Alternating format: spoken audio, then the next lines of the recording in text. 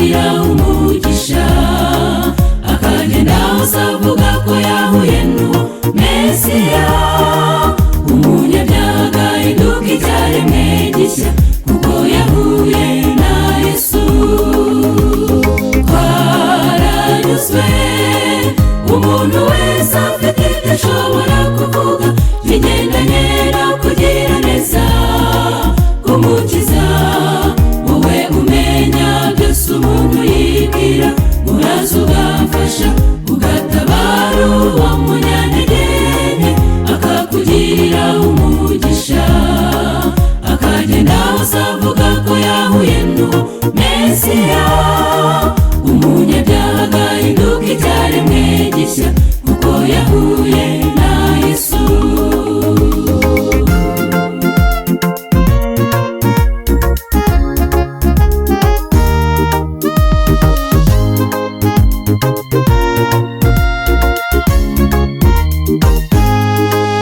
Ibisigaye twishimire mu Mwami Yesu, ineza yacu imenywe na bose, iby'ukuri ndetse n'ibyo kubahwa, n'ijambo ry'Imana rizima riyobora abantu naho bababazwa.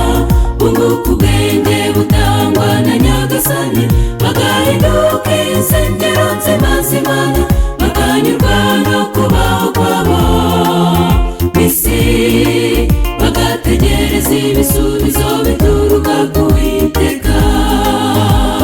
Twaranyuzwe, umuntu wese afite ibyo ashobora kuvuga bigendanye no kugira neza k'Umukiza.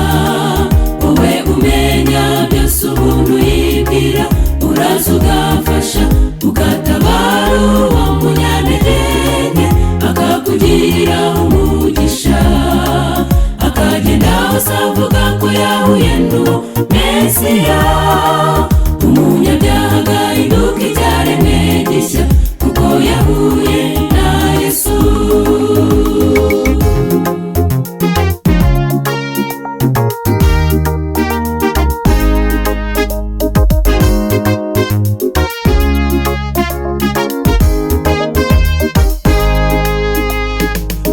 Twaranyuzwe, umuntu wese afite ibyo ashobora kuvuga bigendanye no kugira neza k'Umukiza. Wowe umenya byose umuntu yibwira, uraza ugamfasha ugatabara uwo munyantege nke, akakugirira umugisha, akagenda hose avuga ko yahuye n'Umesiya.